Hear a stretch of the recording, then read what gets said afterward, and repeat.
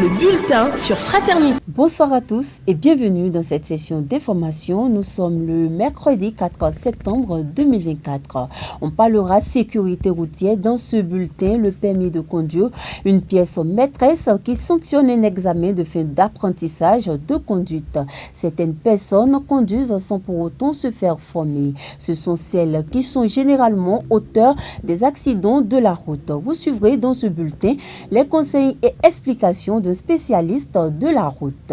Et puis au Burkina Faso, les autorités ont refusé des visas à plusieurs diplomates et responsables français. Suite à cela, 2 conseillers politiques ont été déclarés persona non grata dans les pays des hommes intègres. Plus de détails dans la page internationale. À suivre également les nouvelles sportives, mais avant cela, n'oubliez pas de vous abonner à nos différents réseaux pour ne rater aucune information.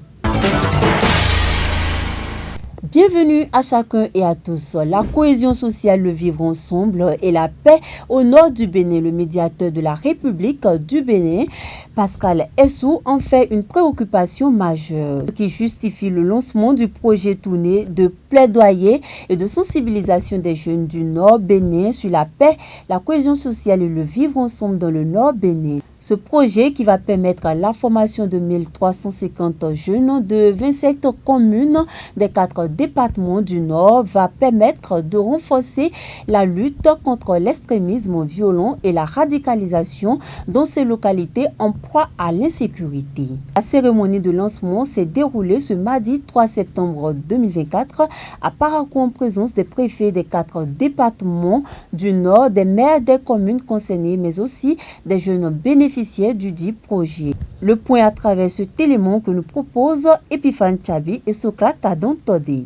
Ils sont au total 1350 jeunes sélectionnés dans 27 communes des 4 départements de la partie septentrionale du Bénin pour être formés sur les valeurs à promouvoir dans la lutte contre la radicalisation et la promotion de la tolérance. Cette initiative entre dans le cadre du projet dénommé Tournée de plaidoyer de sensibilisation des jeunes du Nord Bénin sur la paix, la cohésion sociale et le vivre ensemble lancé ce 3 septembre 2024 dans la ville de Parakou. Et c'est le médiateur de la République, Pascal Essou, initiateur du dit projet soutenu par l'USAID à travers le programme régional d'appui aux pays côtiers qui a donné le top des travaux.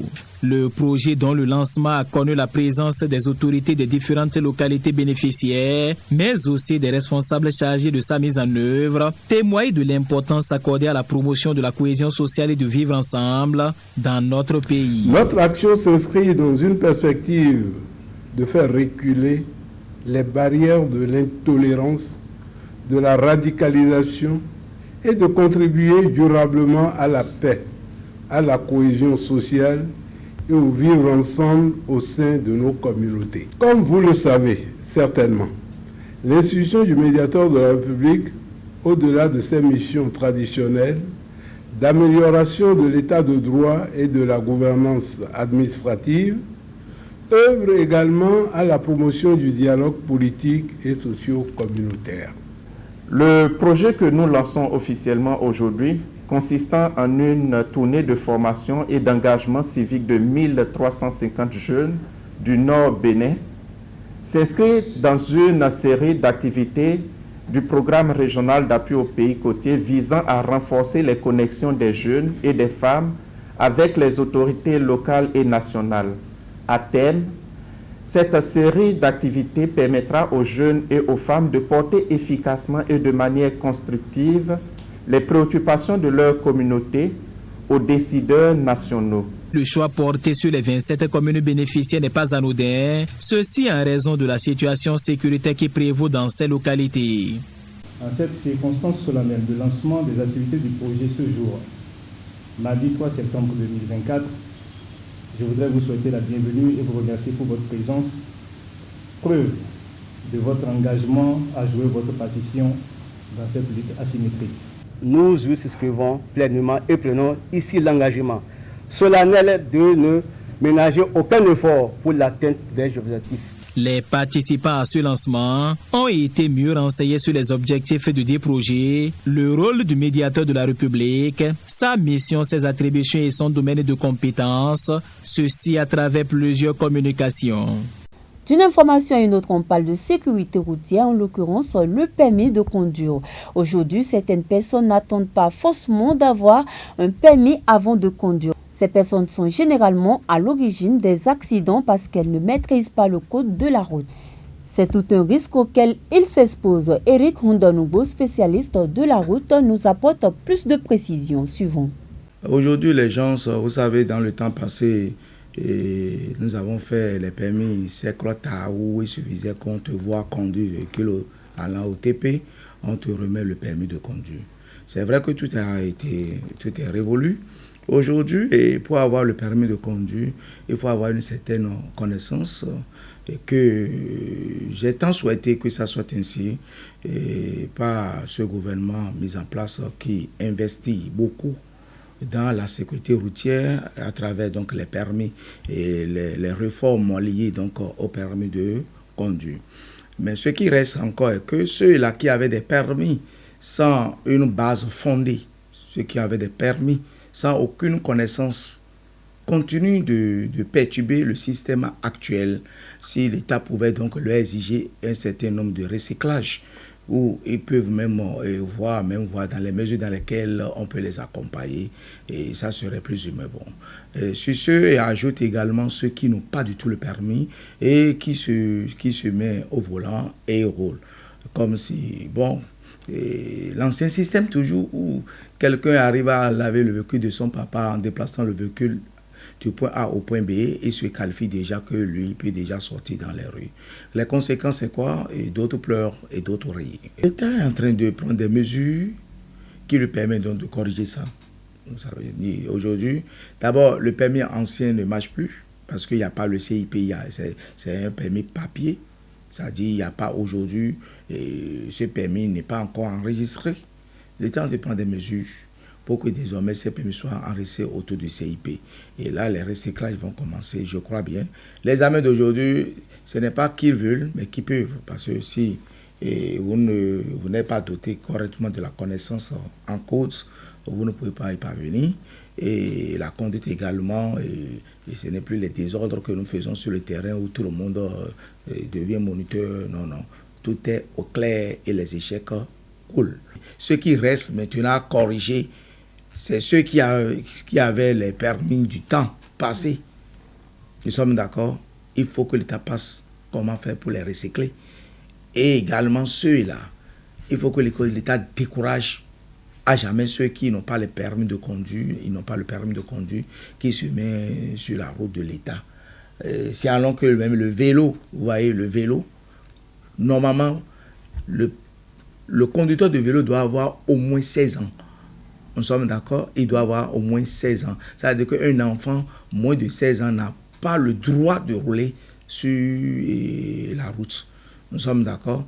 Alors, nous voyons aujourd'hui des petits-enfants de 9 ans qui prennent maths et prennent leurs petits frères de 4 ans sur ça, avec bouillée glaciaire à la mer, et ils roulent sur la voie de l'État, tout ça là. Et il faut que nous-mêmes nous corrigeons aussi pour aider. Intéressons-nous à présent aux nouvelles internationales avec Pierrette Adjeli.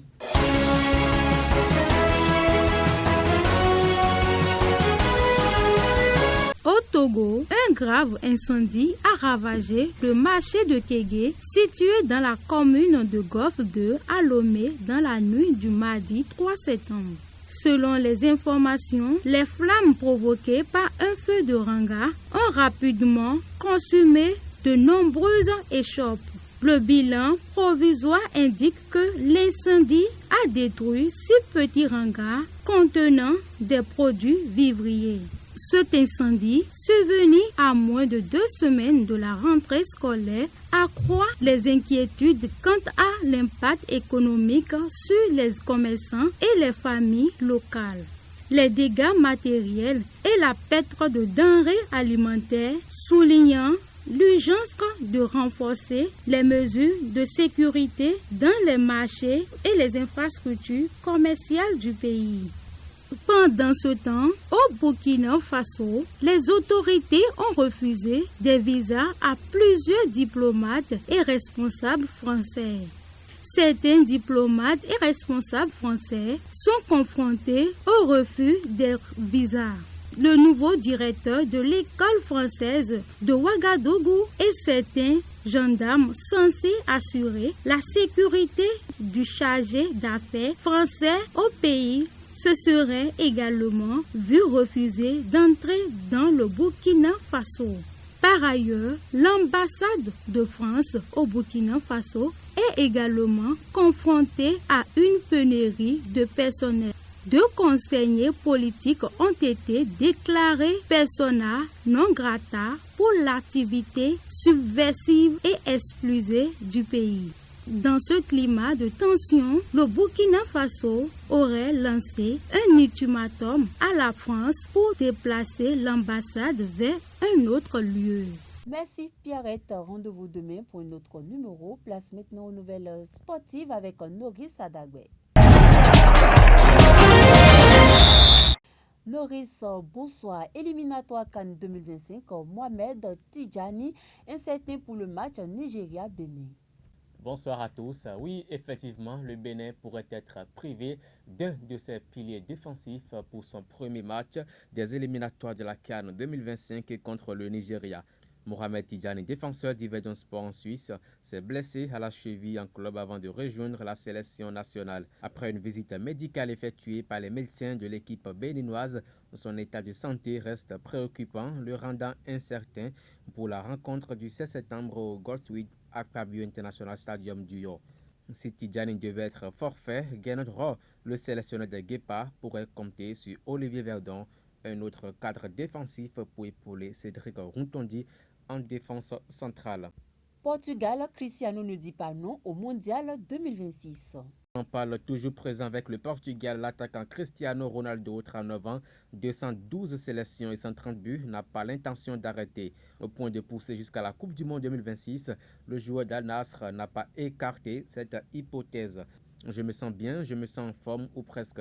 Je ne peux pas répondre au sujet de la Coupe du Monde 2026. Comme je l'ai dit, je vis dans le présent et j'essaie de profiter de l'instant présent. Nous allons entamer une nouvelle étape, une nouvelle compétition, la Ligue des Nations, et vivre ce moment très positif. Je suis très heureux d'être ici à nouveau, a lancé l'ancien madrilène en conférence de presse. Et c'est tout pour le sport, mesdames et messieurs. C'est la fin de ce bulletin. Merci de l'avoir suivi. Rendez-vous demain pour un autre numéro. D'ici là, portez-vous bien. C'était le bulletin sur Fraternité.